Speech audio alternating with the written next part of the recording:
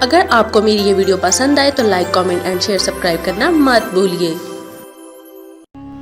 کیا ہوا ہے جو آپ اتنے پریشان نظر آ رہے ہیں؟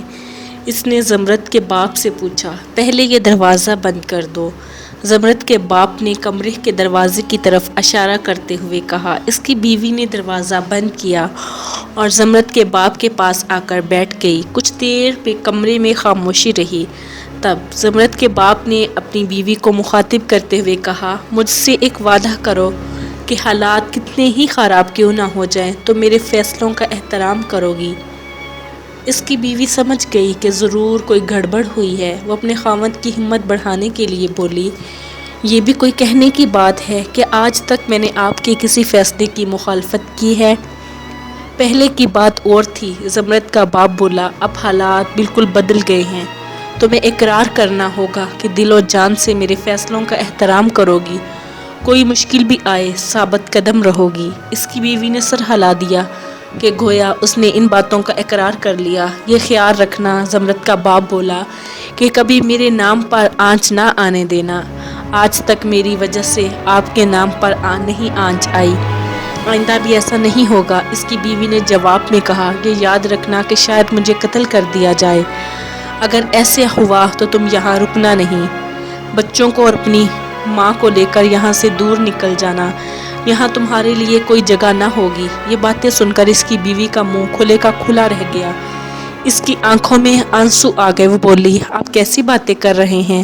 کوئی آپ کو کیوں قتل کرنے لگا؟ پہلے میں بھی یہی سوچتا تھا، زمرد کے باپ نے طنزیہ انداز میں کہا، لیکن جب کسی کی آنکھوں پر حکومت کے لالچ کی پٹی بندھ جائے تو وہ تمام رشتوں اور دوستیوں کو بھلا دیتا ہے۔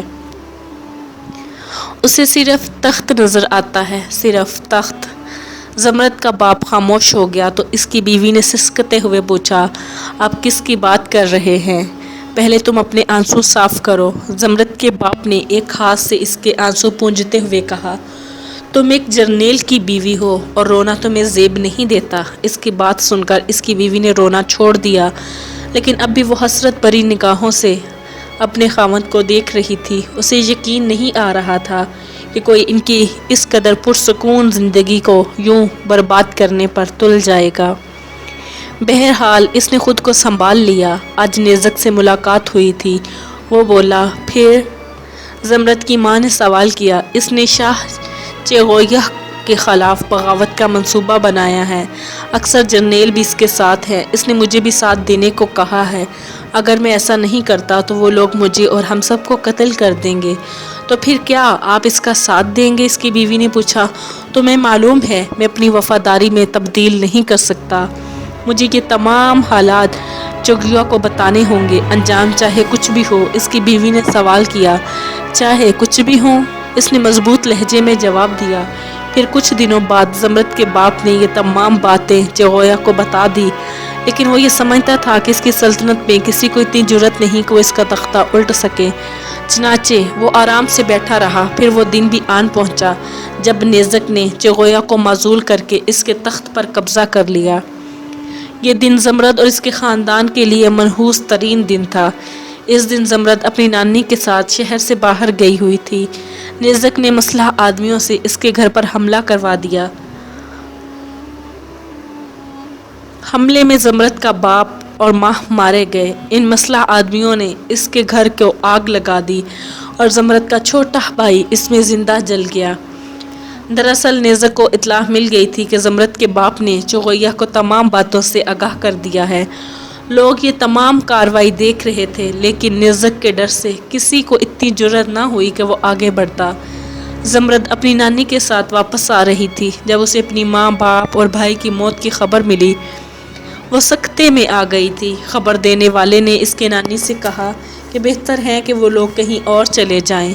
چنانچہ اس کی نانی نے اسے لے کر سغد کے علاقے میں آ گئی تھی۔ یہاں اتفاقاً اس کی ملاقات عباس کے باپ سے ہو گئی تھی۔ عباس کا زمرد کے باپ کا دوست تھا۔ اس نے جب تمام حالات سنے تو اسے بہت افسوس ہوا۔ اس نے ان دونوں کو سغد میں آباد کیا اور ان کی ہر طریقے سے مدد کی، لیکن لوگوں کی زبانوں کو وہ نہ روک سکا۔ چونکہ دونوں اکیلی تھی، اس لیے لوگ طرح طرح کی باتیں بنانے لگے۔ یہ وہ معاشرہ تھا جہاں اکیلی عورت کے لیے نہ دن کو چین تھا نہ رات کو آرام۔ عباس کے تجارتی سفر پر جانے کے کچھ دن تک تو زمرد خاموش اور بجھی بجھی سی رہی، لیکن اس کی نانی کے سمجھانے پر اس کے دل کو کسی حد تک قرار آ گیا۔ لیکن اس کو صدمہ اس وقت پہنچا جب ایک دن اچانک اس کی نانی کو اس دنیا میں اکیلا چھوڑ کر چلی گئی۔ یہ صدمہ زمرد کے لیے ناقابل برداشت تھا۔ اس کی وجہ سے وہ سکتے میں چلی گئی۔ جب عباس تجارتی سفر سے واپس آیا تو اسے زمرد کے بارے میں بتایا گیا۔ وہ فوراً زمرد کو دیکھنے اس کے گھر چلا گیا۔ زمرد کی نانی کی وفات کے بعد عباس کی ملازمہ اس کی دیکھ بھال کر رہی تھی۔ جس وقت عباس زمرد سے ملنے آیا تھا وہ سو رہی تھی۔ اس نے زمرد کو اٹھانے کی کوشش نہ کی بلکہ وہاں سے چلا گیا۔ واپس آتے وقت تک اس نے ملازمہ کو ہدایت دی تھی کہ جب زمرد اٹھے اسے اطلاع کر دے۔ گھر پہنچتے پہنچتے عباس کا سر سوچ سوچ کر چکرانے لگا تھا، اس لیے کہ زمرد کی یہ حالت ناقابل برداشت تھی۔ کبھی وہ زمرد کے ٹھیک ہونے سے مایوس ہو جاتا اور کبھی اپنے دل کو تسلی دے لیتا، لیکن پھر جلد ہی حقیقت کی دنیا میں واپس آ جاتا۔ لیکن یہ حقیقت اس کے لیے ناقابل برداشت اور انتہائی تلخ تھی۔ وہ ہر قیمت پر اسے فرار چاہتا تھا، لیکن فرار ممکن نہ تھا۔ جو ہی وہ گھر پہنچا اس کا ایک دوست اس کے انتظار میں موجود تھا۔ اس شخص کا نام ترخان تھا۔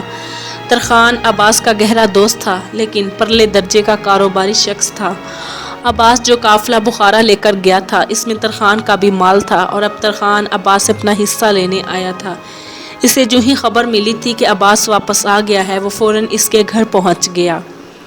اس وقت عباس کی حالت ایسی ہو رہی تھی کہ وہ کسی سے ملنا نہیں چاہتا تھا، لیکن وہ ترخان کو ٹال بھی نہیں سکتا تھا، لہٰذا اس نے سوچا کہ اسے اس کا منافع دے کر رخصت کر دے۔ کچھ دیر رسمی گفتگو ہوتی رہی، حال احوال پوچھا جاتا رہا، لیکن اس عرصے میں ترخان یہ اندازہ کر چکا تھا کہ عباس پریشان ہے، اس لیے اس نے سوال کیا، یار کافی پریشان لگتے ہو۔ بس کیا بتاؤں تمہیں، عباس نے کہا اور اس طرح منہ بنایا جیسے وہ ترخان کو کچھ نہ بتانا چاہتے ہو۔ پھر بھی ترخان نے دوبارہ کہا، کوئی وجہ تو ہے پریشانی کی، بس یار تم کیا کرو گے سن کر عباس نے بات ٹالنا چاہی۔ کیا اس سفر میں نقصان ہوا ہے؟ ترخان نے اپنے کاروباری ذہنیت کی عکاسی کی۔ میں تمہیں پہلے بھی بتا چکا ہوں کہ اس سفر میں بہت منافع ہوا ہے۔ عباس نے اسے گھورا۔ ترخان نے مسکراتے ہوئے کہا، تم تو برا مان گئے ہو، چلو نہیں بتانا چاہتے تو نہ بتاؤ، لیکن مجھے معلوم ہے۔ کیا معلوم ہے؟ عباس بولا، یہی کہ تم زمرد کی وجہ سے پریشان ہو، ترخان نے کہا۔ ترخان عباس کے قریبی دوستوں میں تھا، اس لیے عباس کی کوئی بات اس سے چھپی نہیں تھی۔ ترخان کو معلوم تھا کہ عباس زمرد کے گھر سے آ رہا ہے، اس لیے اس نے اندازہ لگایا تھا کہ وہ زمرد کی وجہ سے پریشان ہے۔ ہاں یہی وجہ ہے، عباس نے کہا۔ اب کیسی ہے وہ؟ ترخان نے پوچھا۔ وہ سو رہی تھی اس لیے میں نے اسے دیکھا نہیں، عباس نے آہ بھرتے ہوئے کہا۔ لیکن ملازمہ بتا رہی تھی کہ وہ کسی کو نہیں پہچانتی، طبیب بھی اس کے بارے میں پر امید نہیں۔ اچھا میں تمہارا زیادہ وقت نہیں لینا چاہتا، ترخان کہنے لگا، تم تھکے ہوئے بھی ہو، آج ہی آئے ہو اور پریشان بھی ہو، بس اتنا کرو میرا منافع مجھے دے دو، مجھے ویسے بھی رقم کی ضرورت ہے۔ ترخان نے اپنی بات کہہ دی۔ اچھا بیٹھو، عباس نے کہا اور اٹھ کر کھڑا ہوا، میں رقم لاتا ہوں۔ اس کے ساتھ ہی وہ دوسرے کمرے میں چلا گیا۔ کچھ دیر وہ دوبارہ کمرے میں داخل ہوا تو اس کے ہاتھ میں چمڑے کی ہتھیلی تھی۔ اس نے وہ تھیلی ترخان کو دیتے ہوئے کہا، یہ لو اپنا حصہ، ویسے جو تم نے مال دیا تھا نا اس پر زیادہ منافع نہیں ملا۔ ترخان نے اس طرح منہ بنایا جیسے عباس کی بات اسے ناگوار گزری ہو، ساتھ ہی بولا، لیکن ابھی تو تم کہہ رہے تھے کہ اس سفر میں بہت منافع ہوا ہے۔ ٹھیک ہے سفر میں منافع ہوا ہے، عباس نے کہا، لیکن تمہیں تو وہی ملے گا جو تمہارے مال پر ملا ہے، اور ابھی بھی تو میں نے اس سے اپنا حصہ نہیں لیا۔ دراصل سفر سے پہلے ہی عباس نے سب طے کر لیا تھا کہ سب سے اپنے منافع کا 1% ضرور دے گا، لیکن ترخان کا منافع کم ہونے کی وجہ سے عباس نے یہ حصہ اس سے نہیں لیا تھا۔ لیکن ترخان چونکہ کاروباری ذہنیت کا آدمی تھا اس لیے اسے عباس کی یہ باتیں ناگوار لگی۔ وہ غصے میں اٹھا اور یہ کہتا ہوا باہر نکل گیا، تم یہ اچھا نہیں کر رہے، اور عباس اس کو جاتا دیکھتا رہا۔ جب عباس زمرد کے گھر سے لوٹا تھا تو اس کے کچھ دیر بعد ہی زمرد جاگ گئی تھی۔ ملازمہ نے جب زمرد کو اٹھتے دیکھا تو اس کے لیے کھانا لے گئی اور زمرد کے سامنے رکھ دیا اور خود ایک طرف ہو کر بیٹھ گئی۔ اس نے زمرد سے پوچھا، کھانا کھاؤ گی؟ جواب میں زمرد اسے خالی خالی نگاہوں سے دیکھتی رہی، لیکن خلاف معمول اس مرتبہ اس کی نگاہوں میں شناسائی کی کچھ چمک تھی۔ یوں محسوس ہوتا تھا جیسے وہ کچھ پہچاننے کی کوشش کر رہی ہو۔ اس نے پہچان لیا، اس کے سامنے عباس کی ملازمہ بیٹھی تھی، جیسے اس کو سب کچھ یاد آنے لگا ہو۔ اس کے ساتھ ہی اس کے منہ سے چیخ نکلی اور وہ پھوٹ پھوٹ کر رونے لگی۔ اس کے منہ سے بس یہی الفاظ نکل رہے تھے، میری نانی، مجھے چھوڑ کر نہ جاؤ۔ وہ روئے جا رہی تھی۔ خادمہ نے دیکھا تو عباس کے گھر پیغام بھجوا دیا کہ زمرد سکتے سے باہر آ گئی ہے اور روئے جا رہی ہے۔ پیغام عباس نے وصول کیا اور گھر کسی کو بتائے بغیر زمرد کے گھر چلا گیا۔ اسے یوں محسوس ہو رہا تھا جیسے وہ کسی خواب سے بیدار ہوا ہو۔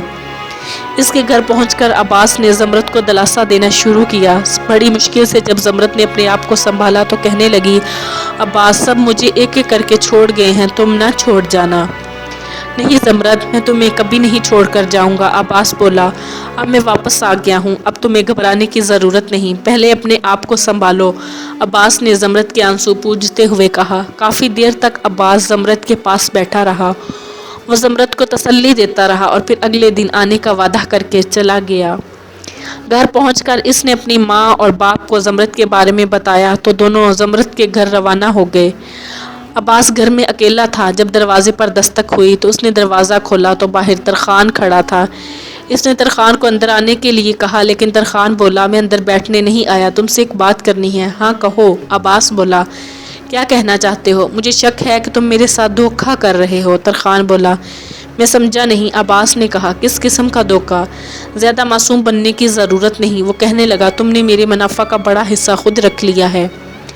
ترخان کی بات سن کر عباس کو غصہ آ گیا۔ وہ غصے میں بولا، تم کیا سمجھتے ہو میں تمہارے 2 ٹکوں کی خاطر بے ایمانی کروں گا؟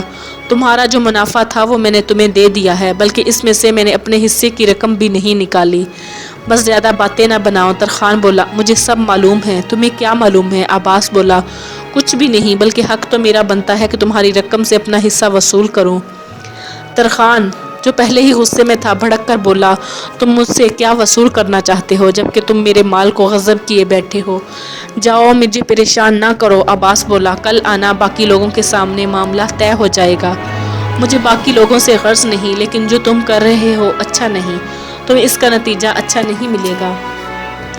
ترخان یہ کہہ کر غصے کی حالت میں چلا گیا اور عباس نے مسکراتے ہوئے دروازہ بند کر دیا۔ زمرد کی نانی کو مرے 1 مہینے سے زیادہ ہو گیا تھا اور زمرد نے اپنے آپ کو کافی حد تک سنبھال لیا تھا۔ اس میں سب سے بڑا ہاتھ عباس کا تھا، جس نے زمرد کا حوصلہ بڑھانے کے لیے کوئی کسر نہ اٹھا رکھی تھی۔ جب سے زمرد سکتے سے باہر آئی تھی، عباس روزانہ شام کو زمرد کو لے کر اسی جگہ لے جاتا تھا جہاں وہ پہلے ملا کرتے تھے۔ اس شام بھی زمرد کے ساتھ اسی جگہ موجود تھا۔ وہی چاند آسمان سے جھانک رہا تھا۔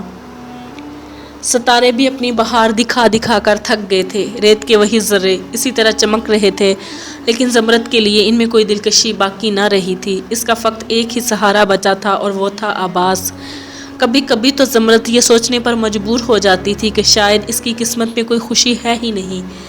اس شام میں وہ عباس سے یہی کہے جا رہی تھی، عباس، یہ زمرد کی آواز تھی۔ اب مجھے یقین ہو چلا ہے جیسے میں دنیا کی بدقسمت ترین عورت ہوں، پاگلوں جیسی باتیں نہ کرو۔ عباس نے زمرد کا اپنے سینے سے لگاتے ہوئے کہا، جو کچھ ہوتا چلا آیا ہے یہ سب حادثات زندگی کا حصہ ہیں۔ اس کا یہ مطلب تو نہیں کہ کوئی خوش قسمت یا بد قسمت ہے۔ نہیں عباس، زمرد بولی، مجھے یوں محسوس ہوتا ہے جیسے کائنات کی تمام قوتیں میرے در پہ ہیں، میں کبھی چین نہ لے سکوں۔ کچھ دیر دونوں خاموش رہے، پھر زمرد بولی، اس چاند کو دیکھو، ساتھ ہی اس نے چاند کی طرف اشارہ کیا۔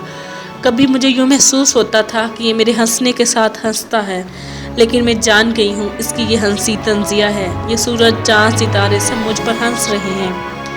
زمرد، یہ تم پر ہنستے نہیں، عباس نے کہا، میری آنکھ سے دیکھو تو پتہ چلے گا، یہ سب تمہارے غم میں برابر کے شریک ہیں۔ عباس، کبھی کبھی تو مجھے لگتا ہے مجھے تمہارا پیچھا بھی چھوڑ دینا چاہیے، میں نہیں چاہتی کہ تم میری بدقسمتی میں حصے دار بنو، زمرد نے کہا، اور اس کے ساتھ ہی 2 موٹے موٹے آنسو اس کی آنکھوں سے ٹپک پڑے۔ عباس، کبھی کبھی تو مجھے لگتا ہے مجھے تمہارا پیچھا بھی چھوڑنا چاہیے۔ زمرد، کیا تم یہ سمجھتی ہو کہ اس حال میں میں تمہارا ساتھ چھوڑ دوں گا؟ ہرگز نہیں، ابھی تو یہ ہماری محبت کا پہلا امتحان ہے، اس میں تو کامیاب ہونے دو۔ عباس کہتا چلا گیا، نہیں عباس، تمہیں اب اور کوئی راستہ چننا ہوگا، میرے راستے میں تو بدقسمتی ہی پھیلی ہوئی ہے۔ زمرد نے بات آگے بڑھائی، زمرد، اگر تمہارے راستے میں بدقسمی بکھری ہے تو مجھے تمہارے ساتھ ان راستوں پر چلنے میں بھی لطف آئے گا، اور تمہارے بغیر راستے کے پھول بھی میرے پیر چھلنی کر دیں گے۔ عباس بولا، اور اس کے ساتھ اس نے نظریں زمرد کی آنکھوں میں گاڑ دی۔ اس وقت زمرد کو وہاں محبت کی دیوی رقص کرتی نظر آئی۔ ان آنکھوں میں ایک اپنائیت تھی، ایک خلوص تھا۔ اس نے سوچا کہ کیا وہ اس خلوص کو ٹھکرا سکے گی، لیکن اس کے اندر سے آواز آئی کہ تو اس خلوص کو ٹھکرا کر ہمیشہ پچھتائے گی، آگ میں جلے گی۔ یہ سوچ کر اس نے بے اختیار عباس کے ہاتھ تھام لیے اور اس کی ہچکی بند گئی۔ 1 مہینہ پہلے کی بات ہے جب عباس نے ترخان کو اس کا منافع دیا تھا۔ اس کے ساتھ ہی کچھ دن بعد اس نے تمام دوسرے دوستوں کا حصہ بھی انہیں دے دیا تھا۔ سب نے عباس کی تقسیم پر اطمینان ظاہر کیا تھا، لیکن ترخان اس پر مطمئن نہیں تھا۔ اس پر عباس اور ترخان میں جھگڑا ہوا تھا، اور بعد میں عباس نے ترخان کو دوسرے دوستوں کی موجودگی میں اس کے مال کی تمام تفصیل اور قیمت کے بارے میں بتایا تھا، لیکن ترخان کو پھر بھی اطمینان نہ ہوا تھا۔ اس نے عباس کو دھمکی بھی دی تھی کہ اگر وہ ترخان کو مزید رقم نہیں دیتا تو عباس کے لیے اچھا نہیں ہوگا۔ اسی دن سے ترخان اس کوشش میں لگا ہوا تھا کہ کسی طرح بھی عباس کو نقصان پہنچایا جائے۔ اس مقصد کے لیے اس نے اپنے 2 قریبی دوستوں کو ملا لیا تھا، اس شرط پر کہ وہ اس بات کو راز میں رکھیں گے۔ اس کے عوض اس نے انہیں بڑا معاوضہ دیا تھا۔ تو ترخان جس وقت چاہتا کوئی کارروائی کر سکتا تھا، لیکن وہ کسی ایسے موقع کی تلاش میں تھا کہ عباس کو زیادہ سے زیادہ تنگ کر سکے۔ اس نے عباس کے معمولات کو جاننے کے لیے خود اس کی نگرانی شروع کر دی۔ اس نے یہ بات خاص طور پر محسوس کی کہ عباس روزانہ رات کو زمرد کے ساتھ شہر سے باہر جاتا ہے۔ چنانچہ اس نے ایک منصوبہ ترتیب دیا۔ اس سے معلوم ہوا تھا کہ عباس زمرد کی دیوانگی کی حد تک چاہتا ہے۔ چنانچہ اس نے اپنے منصوبے میں اس بات کو مد نظر رکھا کہ کسی طرح بھی زمرد کو اغوا کر لیا جائے، اور اس کا سب سے آسان طریقہ یہ تھا کہ جب عباس اور زمرد رات کو باہر نکلیں تو عباس پر حملہ کر دیا جائے، اور اسے یا تو جان سے مار دیا جائے یا پھر اس حد تک زخمی کر دیا جائے کہ وہ اٹھنے کے قابل نہ رہے، اور پھر زمرد کو اغوا کر کے کسی دوسرے شہر جا کر فروخت کر دیا جائے۔ یہ وہ منصوبہ تھا جو ترخان کے دماغ میں پل رہا تھا اور اسے ہر قیمت پر قابل عمل بنانا چاہتا تھا، جبکہ دوسری طرف عباس اس سے نہ صرف بے خبر تھا بلکہ اس نے دل سے ترخان کے خلاف ہر قسم کا گلہ دور کر دیا تھا۔ اس رات زمرد اور عباس پھر شہر سے باہر نکلے اور اسی جگہ آ کر بیٹھ کے جہاں وہ اکثر آیا کرتے تھے۔ وہ اس قیامت سے بے خبر تھے جو ان پر ٹوٹنے والی تھی۔ وہ ہمیشہ کی طرح اب بھی ایک دوسرے کے سوا ہر چیز کو بھول چکے تھے۔ زمرد کی نانی کو مرے ہوئے 1 ماہ سے زیادہ عرصہ ہو چکا تھا، اور زمرد نے اپنے آپ کو سنبھال لیا تھا۔ اس میں زیادہ ہاتھ عباس کا تھا، جس نے زمرد کو زندگی کی طرف لانے میں ایک اہم کردار ادا کیا تھا، اور اب بھی وہ زمرد کو یہ یقین دلانے کی کوشش کر رہا تھا کہ اچھی اور بری قسمت پر انسان کا کوئی اختیار نہیں ہوتا، اس لیے اس طرح سوچنا کہ میں ہی دنیا کی بدقسمت ترین ہستی ہوں ٹھیک نہیں ہے۔ زمرد عباس کہہ رہا تھا، تم اپنے آپ کو بدقسمت سمجھتی ہو نا، لیکن سوچو کہ ہمارے جیسی محبت تو صرف خوش قسمت لوگوں کے حصے میں آتی ہے۔ تم ٹھیک ہی کہتے ہو عباس، زمرد نے کہا۔ جواب کافی حد تک عباس کی باتوں کو قبول کرنے لگی تھی۔ میں بھی اب یہی سمجھنے لگی ہوں کہ میں غلطی پر تھی۔ اب میں تمام باتوں کو بھلا دینا چاہتی ہوں، لیکن بھلا نہیں پاتی۔ مجھے محسوس ہوتا ہے کہ میں ان باتوں کو بھلا بھی دوں تو زمانے کو کبھی معاف نہیں کر سکوں گی۔ تمہیں ایسا کرنا پڑے گا، عباس نے کہا۔ تم کمزور ہو اور زمانے سے ٹکر لے کر زندہ نہیں رہ سکو گی۔ کچھ دیر ماحول پر خاموشی طاری رہی، پھر عباس بولا، تمہیں سب کچھ بھلا کر زمانے سے اپنے گلے شکوے مٹا کر جینا ہے، اپنے لیے نہیں تو میرے لیے صحیح، ہماری محبت کے لیے۔ یہی زندگی ہے زمرد، یہی اصل خوشی ہے۔ عباس نے زمرد کے بالوں کو سہلاتے ہوئے کہا۔ شاید تم ٹھیک کہتے ہو، زمرد نے کہا۔ پھر وہ عباس کی طرف دیکھنے لگی اور عباس اسے دیکھ کر مسکرایا۔ وہ رات تاریک تھی کیونکہ مہینے کی پچھلی تاریخیں تھی اور چاند نہیں نکلا تھا۔ لیکن صحرا میں چاند نہ بھی نکلے تو بھی ہر شے واضح اور روشن نظر آتی ہے۔ وہ دونوں اپنی گفتگو میں مگن تھے۔ اتنے میں 3 سائے ان کے عقب سے نمودار ہوئے۔ تینوں آہستہ آہستہ عباس اور زمرد کی طرف بڑھ رہے تھے۔ دونوں کو خبر اس وقت ہوئی جب تینوں سائے ان کے سر پر پہنچ گئے۔ ان کو منہ نقاب میں چھپے ہوئے تھے۔ ان میں سے ایک نے بڑھ کر زمرد کو پکڑ لیا۔ زمرد نے خود کو چھڑانے کے لیے بہت زور لگایا لیکن بے سود۔